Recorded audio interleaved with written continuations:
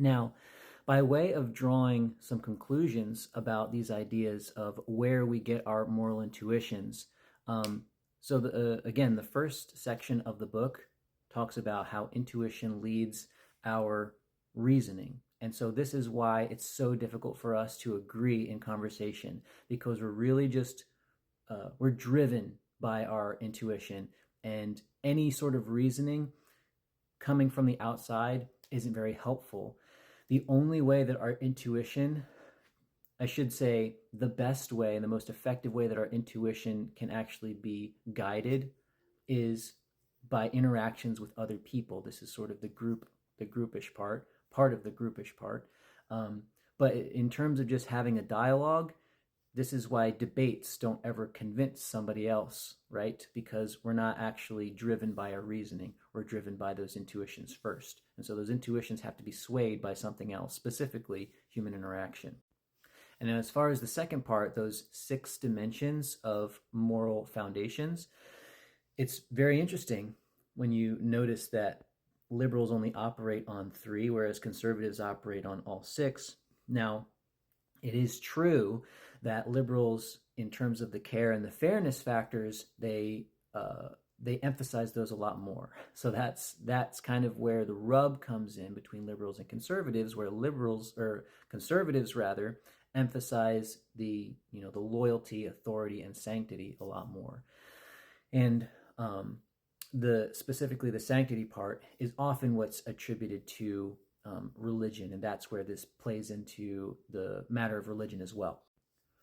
Now, there are kind of 2 sides to these conclusions. On the one hand, you might think, and this was my initial response, is the ideas of loyalty to a group or a system, and the authority that you adhere to or that you follow, and the sanctity measures that you take, for example, how we comport ourselves sexually, or how we, keep ourselves clean and things like this. I think those tend to be in service of the care and the fairness. So you can imagine that our societies are built on teamwork and loyalty. So we stay loyal to each other in teams because we want to be able to serve the rights of individuals. So it's one argument to say that, those latter 3 moral factors are really only supposed to be in service of the initial care and fairness. But the problem comes when we start to serve those as an end, and we kind of push aside the care and the fairness in service of those other things that are supposed to be in service of care and fairness. So I think that's one way of thinking about it. But the point that Haidt makes in the book is that it's really important to have these as well. It's really important to have the loyalty and authority and sanctity, at least on some level, because we have evolved as societies that operate in this way. And so it is not hardwired, to use the language of the text. It is pre-wired in us to operate in these certain ways. Pre-wired simply meaning that it doesn't always have to be this way. We can change it and mold it, but it does kind of come intuitively as essentially as we are born.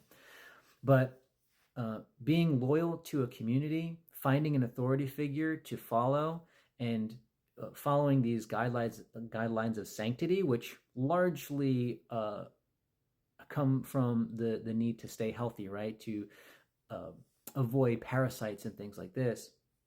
These are survival mechanisms that allow society to operate on a successful and thriving level. So this is something that, at least in the way that conservatives think about the world, is important and helpful. And so I think this is where the tension comes from often. The tension is you have kind of the liberal mindset where we're really focusing on individual rights and the need to care for people and build fairness.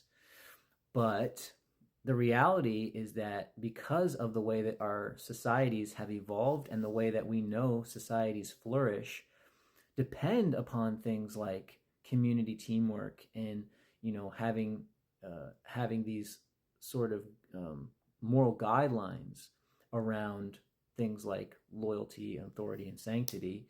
Because that's necessary, that's like really built deep into who we are as people.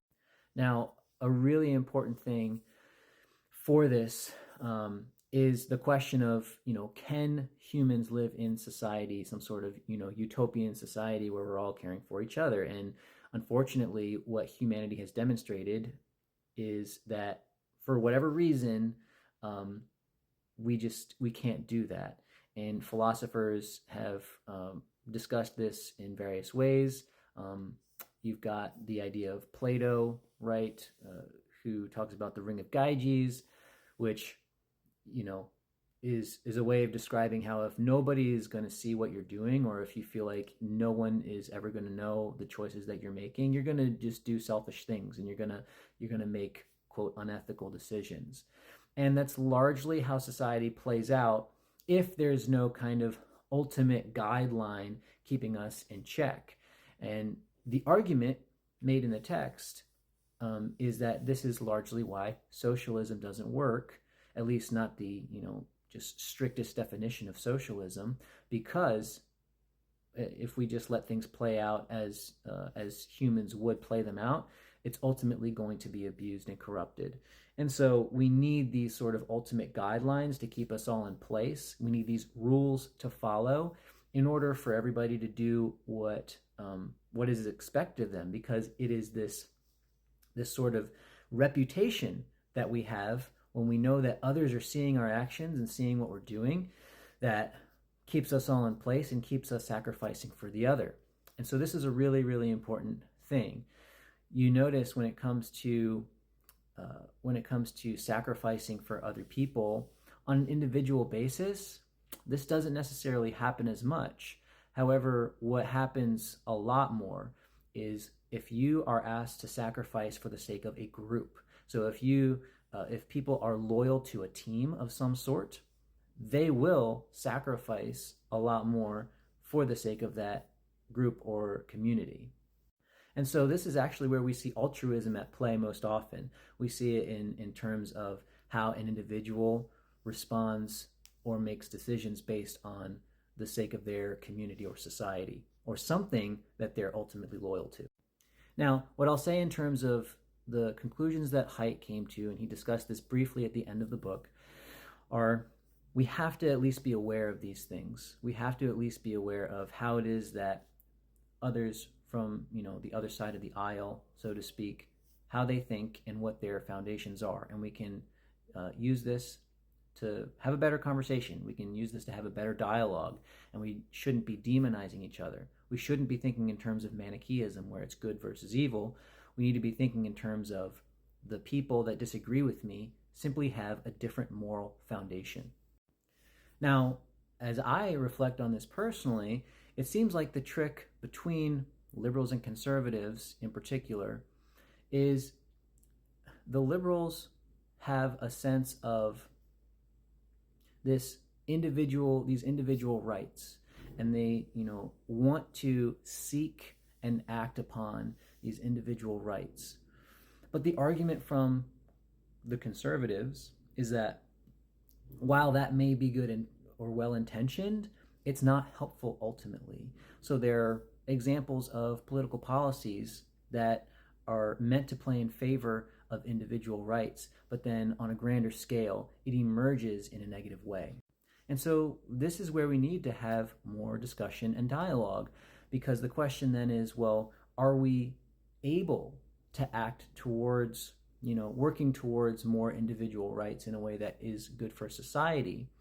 Or do we need to simply ignore some of those individual rights in order for society to operate well for more people on a grander scale? So these are tough questions, but at the very, very least, what we can do, what this helps us to understand, is that we should not be demonizing the other, and we shouldn't be thinking that they have a horrible moral foundation, but recognize but they just have a different moral framework.